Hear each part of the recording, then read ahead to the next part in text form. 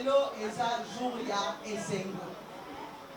Nakobandana noko remercier Nzambe oyo azali na contrôle ya visible na invisible. Noko remercier Nzambe pour lelo jour ya le 6 décembre. Eza jour moko oyo etikali gravé na butu na biso oyo tokobosana te.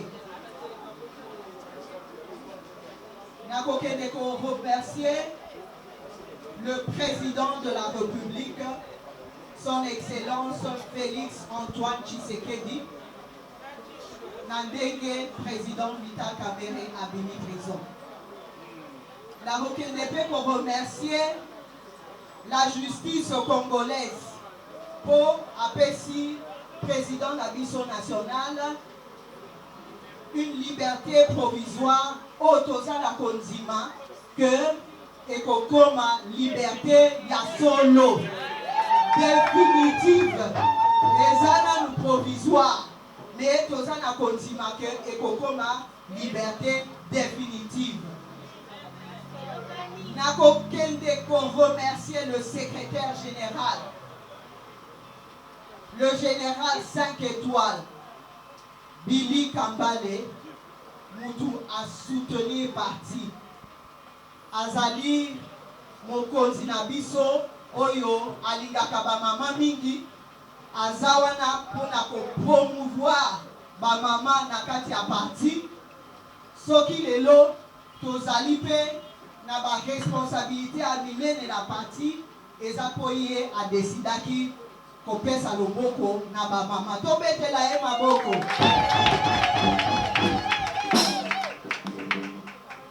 Nakokende kosenga merci na président national na biso l'honorable Vital Kamerhe, l'homme correct, l'homme sérieux, l'homme intègre. En tout cas, Aza papa moko azali mutu ya kimia. Azali papa moko azali malamu mingi. Un homme de cœur. Nana lobaka que il est l'espoir du Congo.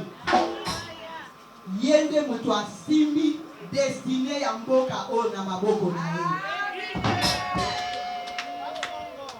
Nakokende ko remercier Mokonzi na biso. Otozana ye awa. Otande na fanisi na nuantia fédéral. Bobetela ye maboko.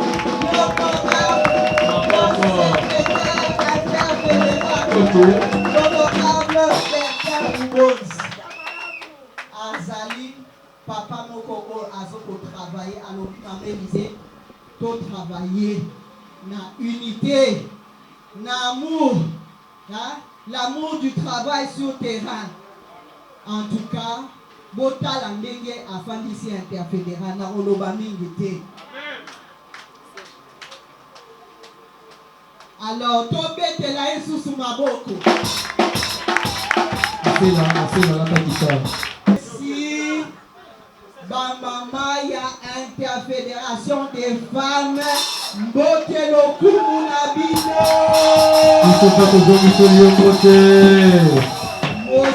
Bozosa les omonana. Oui, moi, tozalaki sans papa Nabiso. Papa Nabiso, Vital Kamerhe. C'est une année et 8 mois.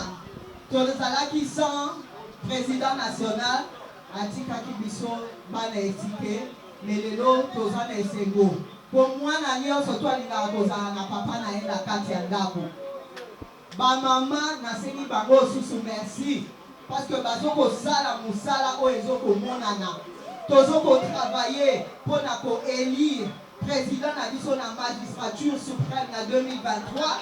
Pe tozoko travailler pour to binisa ba député ya UNC ville Kinshasa. Tokomi na suka ba mama to continuer musala. Président azaki te bozala ko sala. Awa bimi il faut tout doubler par effort. Ah, Nasségi nous merci. Ce qui est sûr, Moualimou est libre. Et la liberté provisoire, ils ont cheminé vers l'acquittement. Donc, Ndoki Onyon Sotozo Kabazo Koma. bazoloba ata bandu kokoma basisi balivre Kamere est libre osepeli te sala Congo na yo comme Congo Kinshasa ezalaka kaka moko luka mboka na yo mwalimu est libre esengo te voilà oka nazoloba l'homme qui a des solutions au problème du Congo est libre et nous aurons bientôt des solutions. Merci beaucoup. Merci maman Sylvie. INC merci maman Zolobate Ozolobate nazoyoka bino bolobi bozomona nga te oyebi lisolo nalingi nabeta ifo bolanda oyo eza basolo ya likolo makasi toyokani donc tolanda mpenza tolanda na bandela tala soki bokotelema botelema tozosolola botelema tomonana sava nga mpe na pusani moke comme ça presse mpe epusana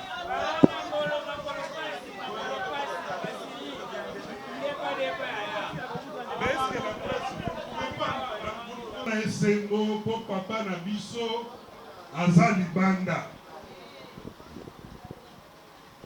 Et puis il faut bon retenir eloko moko boyebi tango bakangaki papa na biso président national Vital Kamerhe, les députés les mieux élus de la République démocratique du Congo, sans battre campagne. Est-ce que vous voyez Bakango? Et ça là qui passe mingi. Et je me rappelle ce jour-là, nous étions à Limete et nous étions parmi ceux qui sont partis très tard. Et on a vu comment le véhicule est parti avec le président.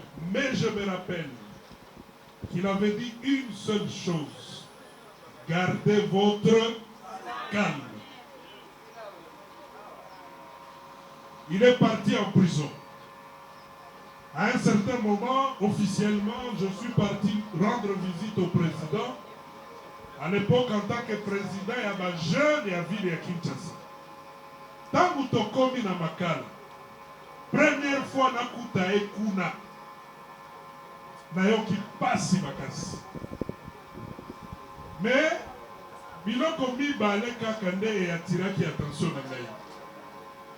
Tangu balobi ke Vital Kamerhe azobima na cellule po aya kovanda esika avandaka po ayamba bato.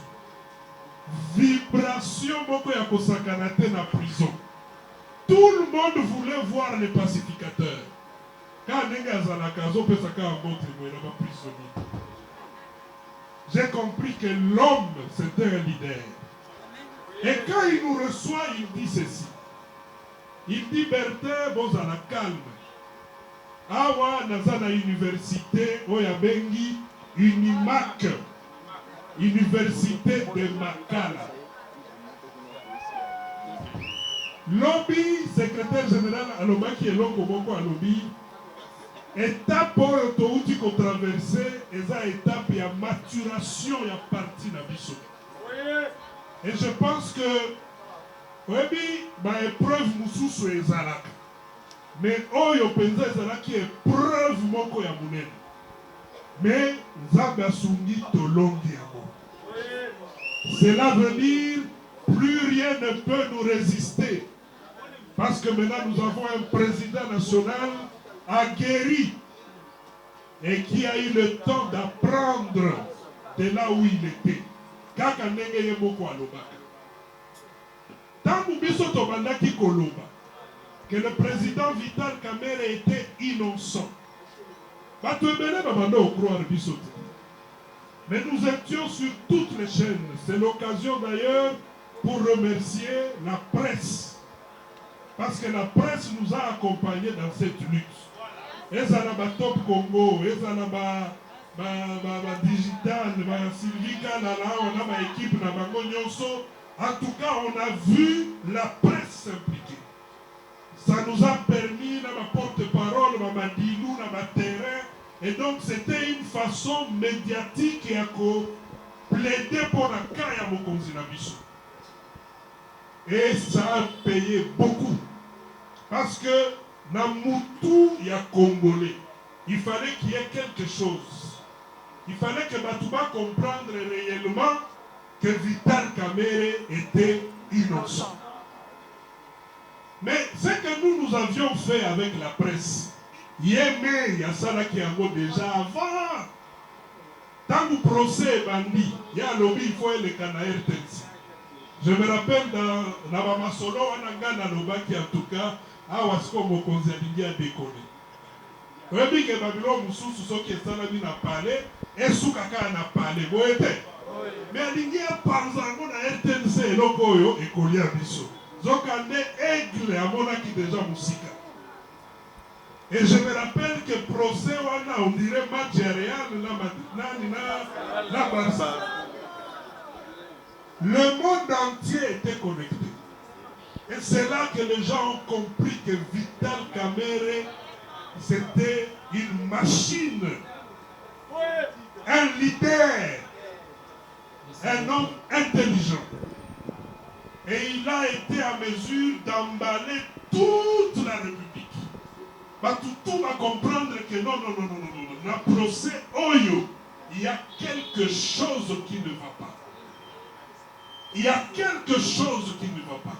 Rappelez-vous, lorsqu'on a parlé de réseau Oyo Salaki Kebakangaye, on avait évoqué quoi? 400. Dans le Baki d'abord que non, c'est la population, la clameur publique. Vous voyez? La clameur publique. Mais regardez aujourd'hui, avant même que l'information ne soit officielle, on a eu la liesse populaire. Toute la République était en ébullition. Même avant que Facebook, mais au côté Kamerhe, au côté Twitter, Kamerhe, tout le monde parlait de sa libération. Les gens étaient contents de l'apprendre. Avant même que nous, de l'Union pour la nation congolaise, nous puissions officialiser la nouvelle. Et Dieu merci, très tard dans la nuit, il a quitté le centre Nganda où il était et il est allé passer nuit chez lui à la maison. Tobeta maboko makasi, alléluia.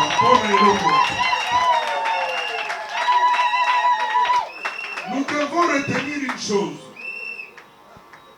Premièrement, nous sommes très reconnaissants envers le magistrat suprême, le président de la République démocratique du Congo, son Excellence Félix Antoine Tshisekedi. Et je vais vous dire d'abord pourquoi. Nana Kagami Kaka na eloko moko. Bozona nangaya. Nana Kokangama na eloko moko. Félix Tshisekedi, président de la République, magistrat suprême. Lelo lisusu na tombo na zona na vidéo wana. Alors Vital Kamerhe, c'est un homme sérieux, un homme honnête, un homme correct. Mais ça c'est fort. Et puis ça sort de la bouche de qui? Ça sort de la bouche du magistrat suprême de la République démocratique du Congo. Depuis jour wana, même Ngana Bandai Koloba lisusu dossier à Kamerhe, ce qui presse bengi na lobby, Mokonzi asi a lobby. Oh, biso tozo zela, ezali kaka abima. Parce qu'on ne peut pas comprendre qu'un homme honnête, un homme sérieux, un homme correct puisse rester en prison. Et donc pour ça nous disons merci au président de la République qui a su parler de notre chef. Et ça c'est la deuxième fois. Je me rappelle encore le jour où il y a prestation de serment. Dans ma lobby, l'homme qui a su mettre ses intérêts personnels à côté pour l'intérêt de la nation congolaise. Donc, il faut faire attention. Il ne faut pas laisser passer Babilo Kouana. C'est le président de la République qui parle de notre président national.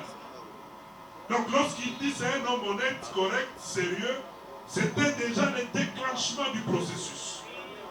Oye pour aboutir les lots, la liberté provisoire. C'est une occasion, encore une fois, de remercier la Cour de cassation pour l'humanisme. Vous devez savoir que le président national sentait naïza madame. Et si nous avions hier bénéficié de la liberté provisoire, c'est parce qu'effectivement, le président national doit absolument se faire soigner. Mais vous devez aussi comprendre que depuis qu'Ala Belaka, depuis qu'Ala Beto Sengaka liberté provisoire, mais ce qui oyo va pesi yango, cela veut dire quelque part la machine est déjà en train de tourner vers sa libération définitive, mais aussi son acquittement.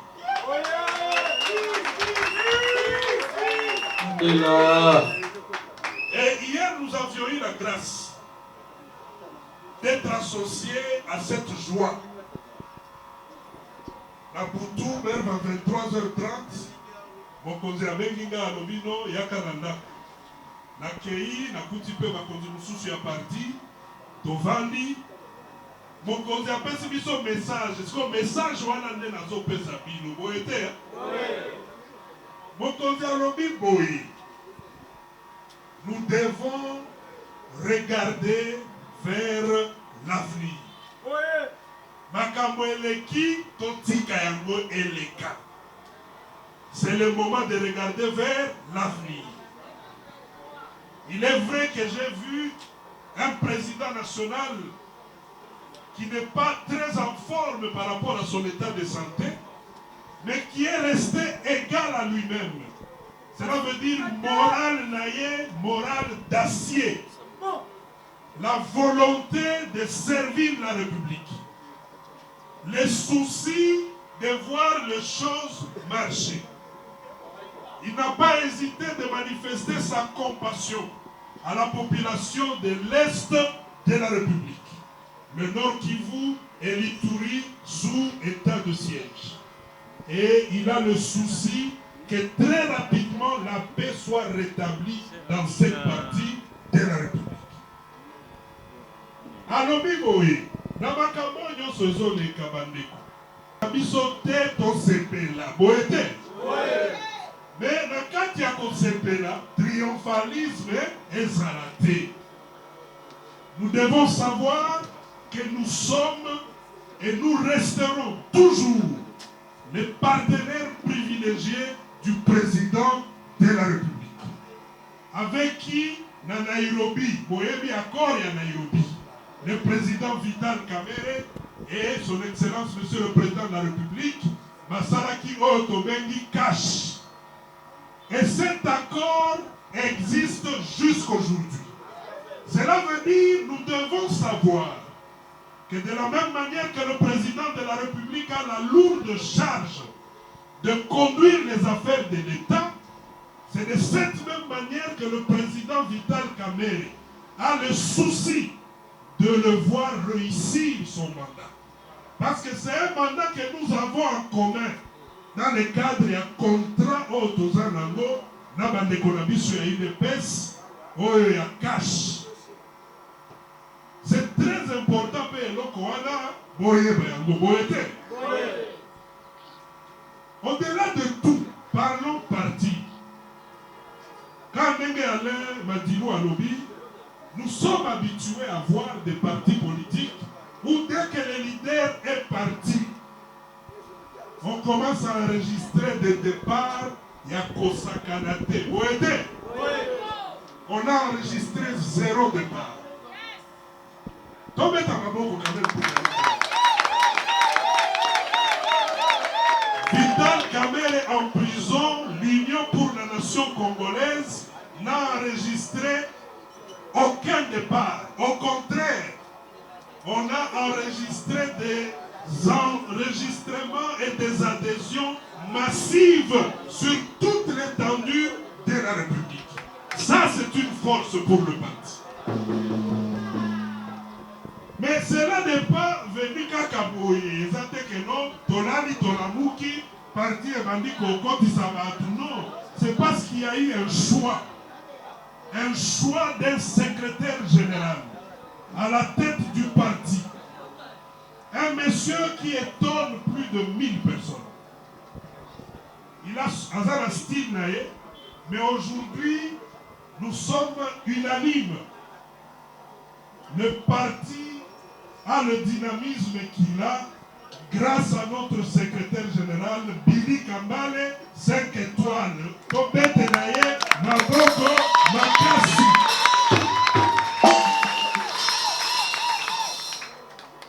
Et le président national étant en prison, à ça, il y a des mokonzi à partir. Attends, et ça n'est pas damet. Il y a beaucoup de placer ma pion. Coaching payant.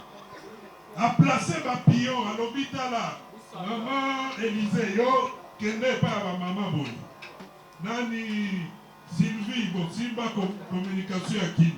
Madilou Loba. Coaching payant. Tout ça, stratégie. Donc il a placé tout le monde. Et aujourd'hui, on comprend que c'est une forte équipe. Coaching payant. L'Union pour la nation congolaise mise sur la jeunesse. Et il ne faudrait pas que cette jeunesse puisse décevoir les aînés qui nous ont précédés. Cela veut dire que c'est une lourde responsabilité. Et il faut tout ça la moussala de façon que ma vieux wana baloba, non, ça valait la peine. Il y a côté que la partie bana oyo. Boete? Pour bana bakoli. Et nous sommes en train d'y travailler. Et donc ça c'est une fierté. Papa accueilli, à Zongi, à côté parti eza à côté de nous. À côté parti eza à côté de nous. Et ça, c'est une grande joie pour le président national. Et hier, avant de nous séparer, autour de 2 heures du matin, quand il a pris la parole, il a dit « Ma papa nyonso, ya mokili, esengo na bango ezalaka moko, bana bayokana. Bana naye bayokana. Bonete? Et ça c'était très profond. Et il l'a dit devant pratiquement toute la crème du parti qui était représentée là-bas. Et avant de finir, il a dit j'espère que vous avez capté le message. Et donc l'INC reste un parti incontournable sur la scène politique de la République démocratique du Congo. Et Balinga Balingate, nous devons savoir que d'ici 2023, il y a des choses qui vont se faire. Dans le niveau de la députation, il faut absolument que la ville de Kinshasa puisse aligner des gens qui vont réellement nous rapporter des sièges. Et ça se prépare. Les athées que Tonamuki, Tosu un siège. Non. Il y a un travail qui doit être fait. Et c'est ici l'occasion de vous dire qu'il faut être responsable. Soyons de responsables. Mutuna Mutuaye Banini Azoluka. Nous sommes dans un parti politique. Rien ne vous sera donné sur un plateau. Un plateau Balobi, il y a un siège, il y a un noyau. Donc il y a un effort, il y a beaucoup de sacrifices à fournir pour que vous puissiez vous positionner et même être désigné pour être figuré sur la liste des candidats, et ça soit au niveau de la députation nationale, tout comme la députation provinciale. Donc, boulot, il faut et ça les baisse. En tout cas, besoin de mériter. Vous aidez? En tout cas, aujourd'hui, si on parle de ministres qui excellent au sein du gouvernement, quand je pense que nos 5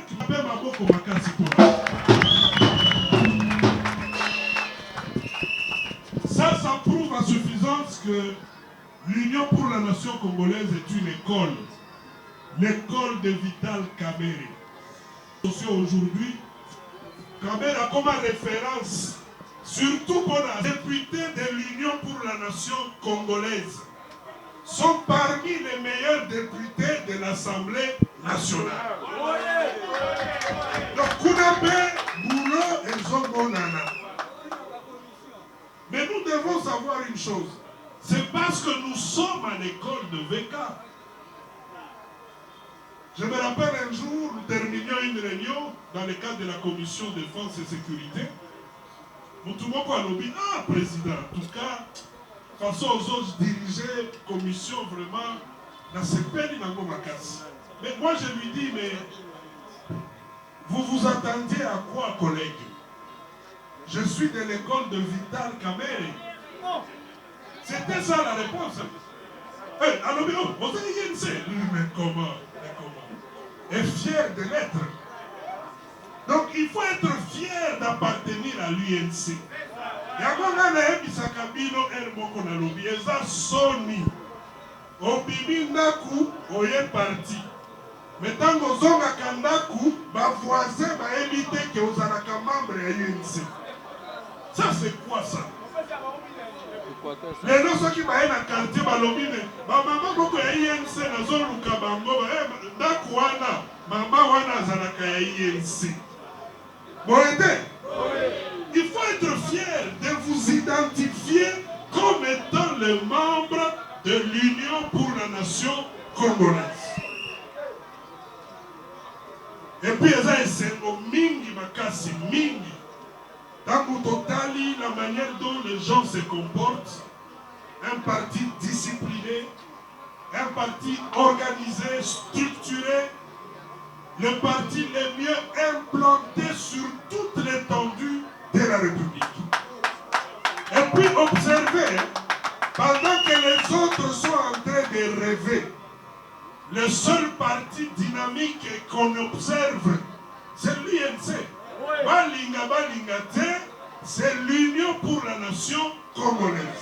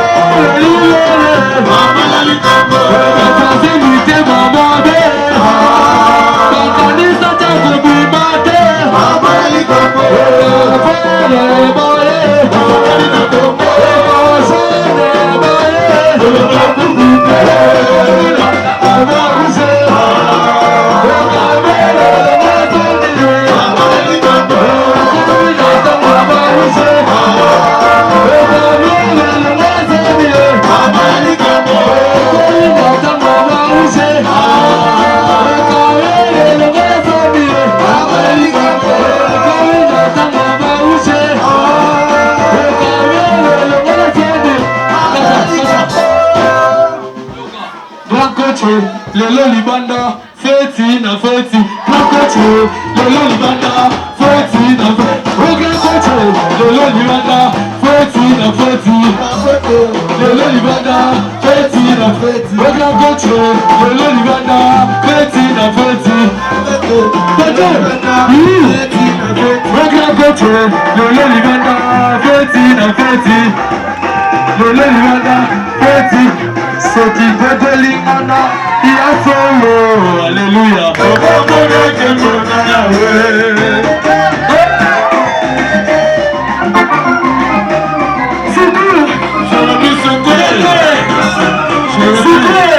Maman Sylvie, vous allez coordonnatrice de la communication au niveau MC. Bonjour Maman Sylvie. Bonjour Ndeko.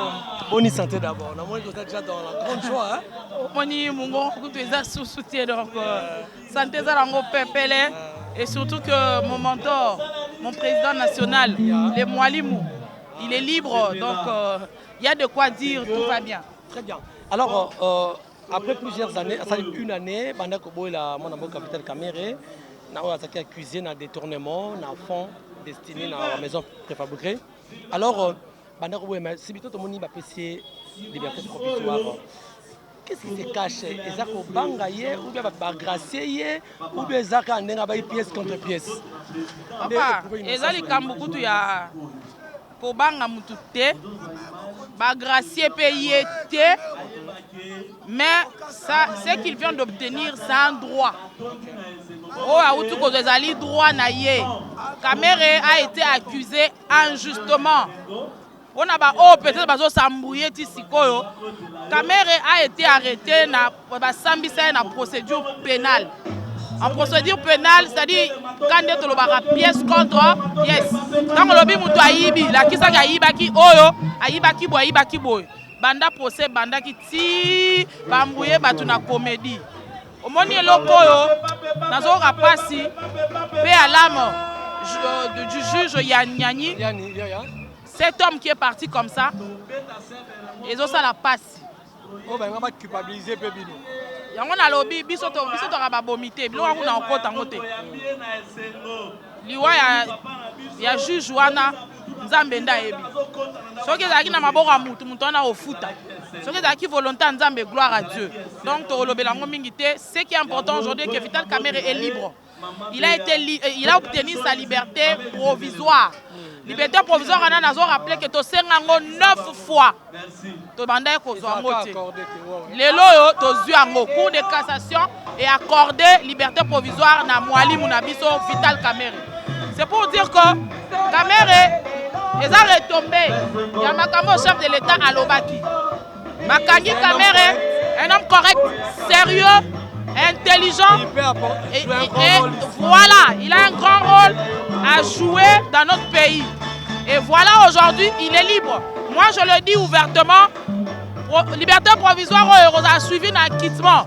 Parce que je mets à défi, nous avons la preuve que Kamerhe a yibaki, a la biso. Banda procès, banda bayara n'a pas raté. Donc c'est pour dire que Babylone, tous les chefs de l'État avaient compris que les aventures. Au moins, je ne me suis pas fait comprendre que c'est une erreur. Chef d'État lobby à la sérieux et correct. C'était pour dire que le jugement la bino est à l'hôpital. Et aujourd'hui, Kamerhe est libre. UNC Toza, on a ébandé au CP là. Donc au CP là, mais pour une fois, justice, Kamerhe vient d'être remis dans son droit. Mais hier, la justice n'était pas correcte. Mon cher, oui, la justice n'était pas correcte parce que Kamerhe était condamné injustement. Là, il est dans son droit. Tout le temps, il faut libérer. Il y a un libérer parce que c'est un innocent. Maman Sylvie, politiquement parlant, l'UNC était dans une situation inconfortable vu que le président nous a mis en prison et en plus, pour qu'on se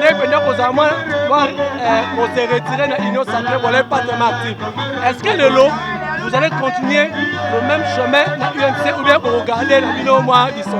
Papa, Bisso, tu as une position confortable. Tu as une passe, chef de la prison, oui. Mais je te dis que Nathan au caméra dans la prison, parti et fou, moi, niveau chaque jour, nous avons des grandes adhésions. Parfois le malheur est bon. Non, pas seulement le malheur est bon, mais tu dois comprendre que Banani Balingarabiso, Banani Balingarabiso. Et Vital Kamerhe est mon code là où il est à son monde à ascension au parti de l'Ezo-Soir. Et on te dit que Kamerhe est en prison ou en liberté, il reste un mythe. Les camérisme se prêche et le camérisme se consomme comme du pain. Donc, il y a un moment où on sepela na biso, na bandel, on sepela na moté, à Kata Congo Braza. Soki amoni na Braza makele ezokoma eleka ke Gabon. Po biso tokofete, omoni mboka ya ba problème ebele, caméra est libre, il y aura des solutions. Na okebisa bato ba oloba biloba loba. Na ba okoma bikoma. Na tanga kombo lo poza tata mukolo, molingo se respecter te. Noël Chani, Lorenzo Lingosa la buzz, na Twitter, na kombo caméra, na kebisio. So komi lisusu na oloba. Ezanga avertissement. Ayebi biloko akomi. Na kebisi Noël Chani. Atata mukolo amitosa. Soki akomi lisusu. Ndaro eba. Tokobenga yo tokozala une émission entière na yango. Merci beaucoup. Merci beaucoup. OK.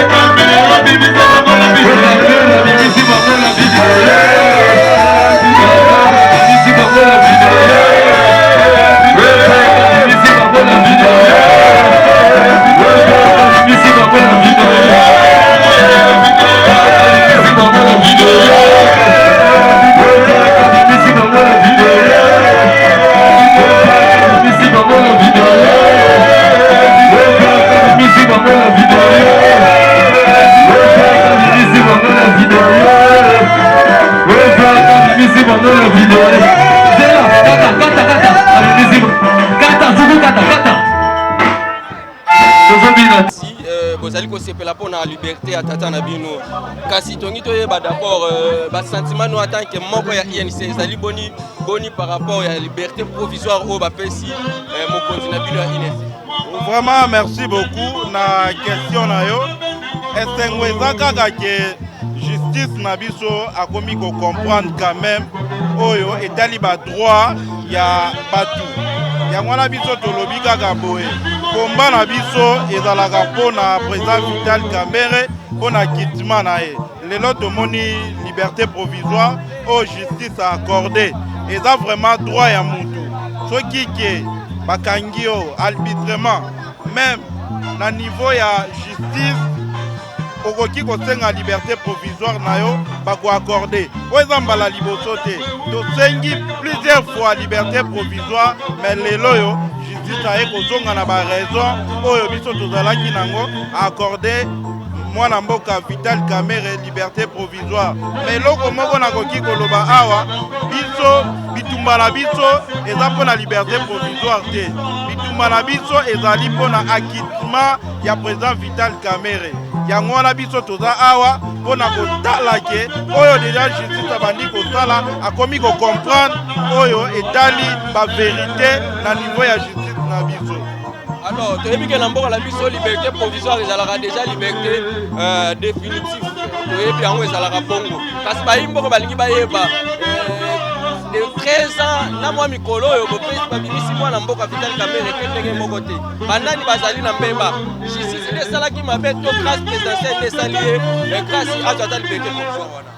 Ndeko nakoki koloba boye, justice abandaki ko comprendre liboso te oyo etalaki problème ya Vital Kamerhe mais lelo yo justice akomi a comprendre yango nde accorder liberté provisoire biso toza kuna te mutu soki abimi na liberté provisoire pona ye esili non biso tozo kende na droit ti na suka problème na biso ezake président Vital Kamerhe azala acquitté problème na biso yango wana toyebi ke liberté provisoire oyo oui mais problème dans ce que il faut président Vital Kamerhe azala acquitté toza toujours se pelade pour nakaka ke o azu liberté provisoire non problème dans ce que acquittement et salema na niveau ya justice na biso nde problème o biso toyeli yango wana ndeko.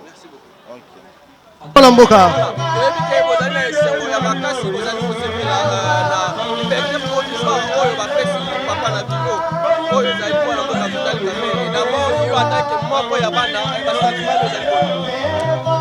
Sentiment nanga eza makasi to sepeli makasi donc ce n'est que ça to ana esengo makasi pour la liberté provisoire ya mokonzi.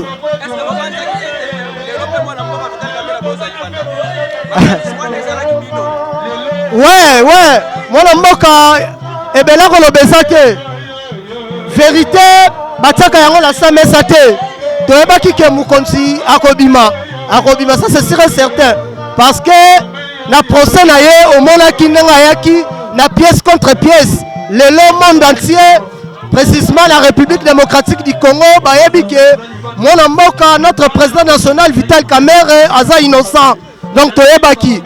Alors absence ya papa na bino tomonaki ozaki toujours uni ozaki toujours na force wana ma stratégie nini oba metaki pour que moi akota tie na sima papa na bino. Mais c'est correct aza papa aformaka ye azalaki na esika ya pasi matikaki biso na maboko ya secrétaire notre secrétaire général Billy Kambale yenda azalaki coach yenda coachaki biso yango tozalaki toujours en action donc na bokasi ya secrétaire général Nabiso Billy Kambale donc c'est ça.